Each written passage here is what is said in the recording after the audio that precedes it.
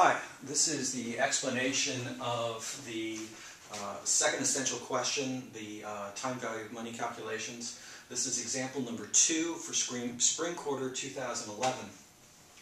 And the cash flow that we start off with is one that has $10 in time periods 0 through 5, and thereafter it declines by $2 all the way until time period 14. So what we're looking here is just this relatively simple sequence. So the way that you should think about it is that it's a constant series that goes all the way across the time period 14. And then what you're doing is you're subtracting a linear gradient from it. Now, you can't just say that, oh, add a linear gradient to it, because linear gradients always have to start at 0.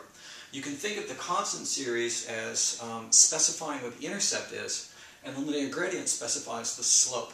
So what this thing says is I'm starting off at 10 that goes all the way across. So you can picture that there. And then what the linear gradient is doing is subtracting off of there. So this goes down by 2, then it goes down by 4, then it goes down by 6, and then it goes down by 8, and so on down the line. So, having the present worth calculation, what we're doing is taking that giant constant series of 10, looking for P, we know A, here's the intercept, and it goes all the way from period 0 through 14, and we know that we're going to have to time shift it, and we'll figure out what that exponent is. And then what we're doing is dealing with this linear gradient term, which is basically knocking 2 off of it, P, G, and ignore me, I need to erase some of this for a bit here. Here's the I. We'll figure out what that N is, and we'll also figure out what the time shift component is. And now let's figure out what we should be looking at here. This 10 that goes all the way across from 0 to 14 is definitely a constant series, but it's in the wrong place, and it is 15 elements long, because there's 1, 2, 3, 4, 5, 6, 7, 8, 9, 10. It's actually there, 11, 12, 13, 14, 15. But the problem is it's in the wrong place. A constant series should start at time period 1, not time period 0. And we have to make it so that the n and the exponent add up to the last time period when you see the constant series.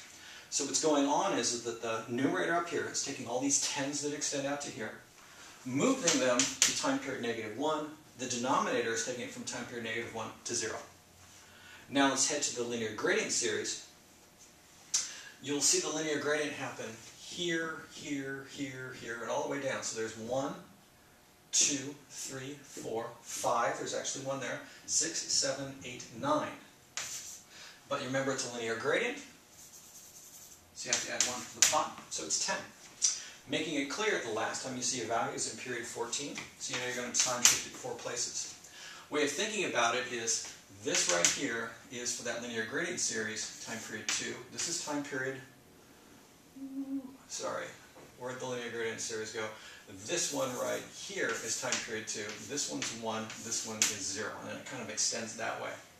The numerator takes all those negative values that are over here from time periods 6 on, transforms them to this relative 0, which is really our time period 4, and then the denominator takes it from 4 back to time period 1.